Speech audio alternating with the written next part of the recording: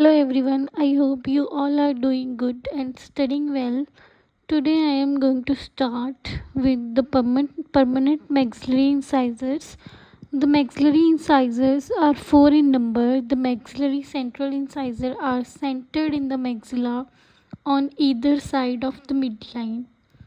Let's start with the detailed description of the maxillary central incisor from all aspects. From labial aspect, the cervical line is semicircular in shape. The incisal edge is almost straight. Disto-incisal angle is rounded, root cone shape. It has blunt apex. The mesial and distal outline of the root are regular and taper towards the apex. From lingual aspect, it is not smooth. It has numerous convexities and mesially and distally confluent with the cingulum are the marginal ridges. Between the marginal ridges below the cingulum, a shallow concavity is present which is called lingual fossa. We note that lingual fossa is bordered mesially by the mesial marginal ridge, incisally by the lingual portion of the incisal ridge, distally by the distal marginal ridge, and cervically by the cingulum. Usually there are developmental grooves extending from cingulum into lingual fossa. The crown and root taper lingually so that the crown calibration at the two labial line angle is greater than the calibration at the two lingual line angles. The lingual portion of the root is narrower than the labial portion. From the mesial aspect, tooth appear wedge shape below cervical line. Both lingual and labially are crest of curvature. It is called highest point of curvature. It has greatest labiolingual dimension of the tooth. Labially and lingually immediately coronal to the cervical line are the crests of the curvature of these surfaces. These crests of curvature give the crown its greatest labiolingual measurement. Normally the curvature labially and lingually is approximately 0.5 mm in extent before continuing the outline to the incisal ridge. The lingual outline is a convex at a point where it joins a crest of curvature at the cingulum. It then became concave at the mesial marginal ridge and slightly convex again at the labio-incisal ridge and incisal edge. The cervical curvature is greater on the mesial surface of the tooth than on any surface of other tooth in the mouth. On an average central incisor of 10.5 mm to 11 mm in crown length, the curvature is 3 to 4 mm. The root of this tooth from nasal aspect is cone shaped and the apex of the root is usually bluntly rounded. From distal aspect, crown gives thicker appearance. Cervical line is less curved in distal aspect.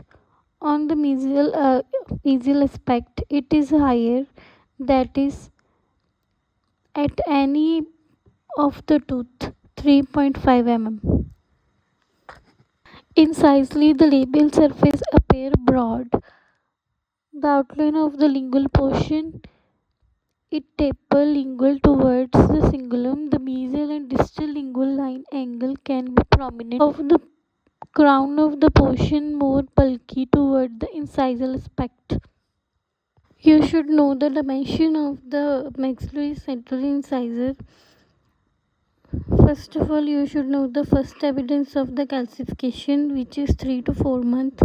Enamel completed 4 to 5 years. Eruption 7 to 8 years. Root completed 10 years. Cervico-incisal length of the crown is 10.5 mm. Length of the root 13. Mesodistal diameter of the crown 8.5 mm.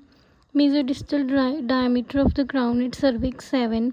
Labio or buccolingual diameter of the crown 7. Labio or buccolingual diameter of the crown at cervix 6. Curvature of the crown line mesially 3.5 mm. Curvature of the line distally 2.5 mm. Now let's start the maxillary lateral incisor.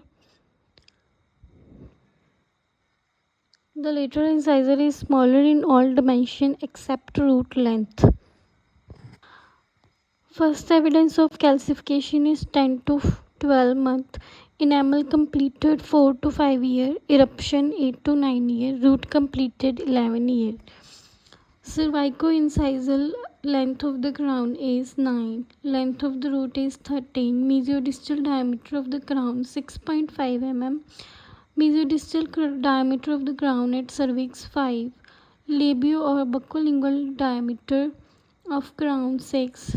Labio or buccolingual diameter of the crown at cervix is 5. Curvature of cervical line mesially 3. Curvature or cervical line distally 2 mm. Labially, all over this tooth appear more curved. Mesio-incisor angle is more rounded. Distal outline appear to semicircular in shape. Labial surface of the crown totally convex. Root of this is more curved. Root have sharp curve towards distal end. The crest of contour mesially is usually at a point of junction of the middle and incisal third. From lingual aspect, it shows presence of prominent marginal ridges. Prominent cingulum present is just below the cervical line.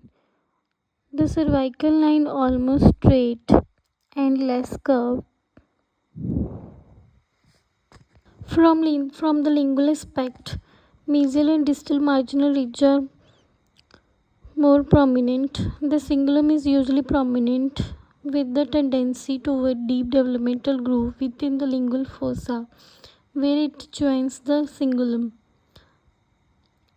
The tooth tapers towards the lingual, resembling a central incisor in this respect. It is uncommon to find a deep developmental groove at the site of cingulum, usually on the distal side. Lingual fossa is more concave. From the mesial aspect, the root length appears longer. The labiolingual dimension is quite thick. Marked curvature of cervical line towards the incisal edge. Root tapers to form the conical end. Distally, crown appears thicker. Curvature of cervical line is less deep. A developmental groove present on the crown distally extending on the root.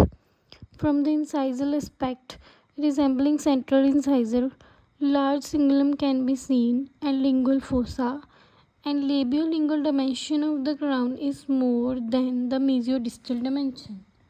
The crest of curvature distally at the center of the middle third, mesially at a point of junction of the middle and incisal third. Root is tilted distally. Difference between central and lateral incisor. The central incisor is more in size.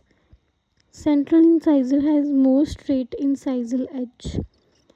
Whether in lateral incisor, it has rounded incisal edge. Mesio-incisal angle is sharp. Distal-incisal angle is round. Whether in lateral incisor, both angles are sharp.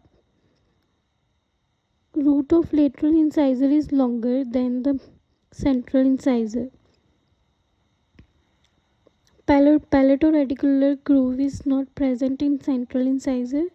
In lateral incisor, it is present. Lateral incisors show numerous variations after third molar.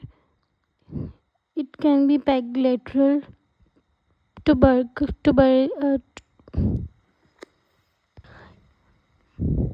presence of palato-gingival groove in the maxillary incisor may be a predisposing factor in localized periodontal disease. This groove is also referred to as a palatoradicular groove.